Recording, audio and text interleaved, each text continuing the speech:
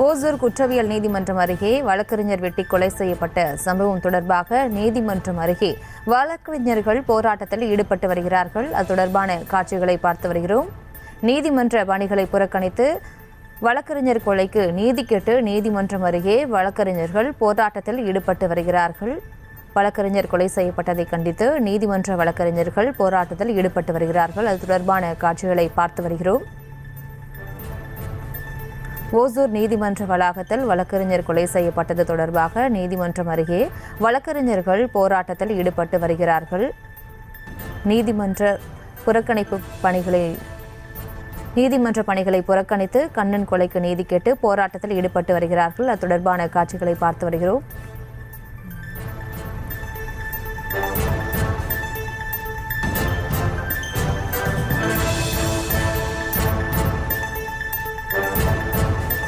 ஓசூரில் நீதிமன்றம் அருகே வழக்கறிஞர்கள் போராட்டத்தில் ஈடுபட்டு வருகிறார்கள். ஓசூர் குற்றவியல் நீதிமன்றம் அருகே கண்ணன் என்ற வழக்கறிஞர் வெட்டி கொலை செய்யப்பட்டது தொடர்பாக நீதிமன்றம் அருகே வழக்கறிஞர்கள் போராட்டத்தில் ஈடுபட்டு வருகிறார்கள்.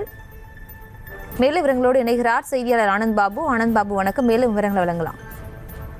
வணக்கம் பிரியங்கா. ஒசூர் நீதிமன்ற வளாகத்தில் ஜூனியர் வழக்கறிஞராக பணியாற்றி வந்த கண்ணன் என்பவர் மற்றொரு வழக்கறிஞரிடம் உதவியாளராக இருந்த ஆனந்தன் என்பவர் தரமறையாக வெட்டி சாய்த்தார்.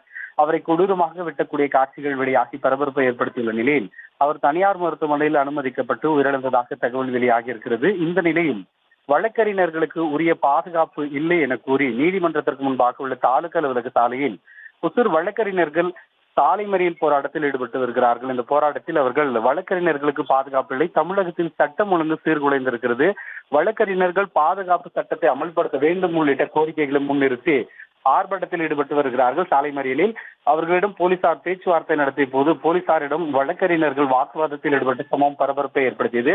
நீதிமன்ற வளாகத்தில் வழக்கறிஞர் வெட்டி சாய்க்கப்பட்டு அதற்கு வழக்கறிஞர்கள் போராடி வரக்கூடிய சம்பவம் ஒருத்தர் பரபரப்பை ஏற்படுத்தியிருக்கிறது. பிரியங்கா.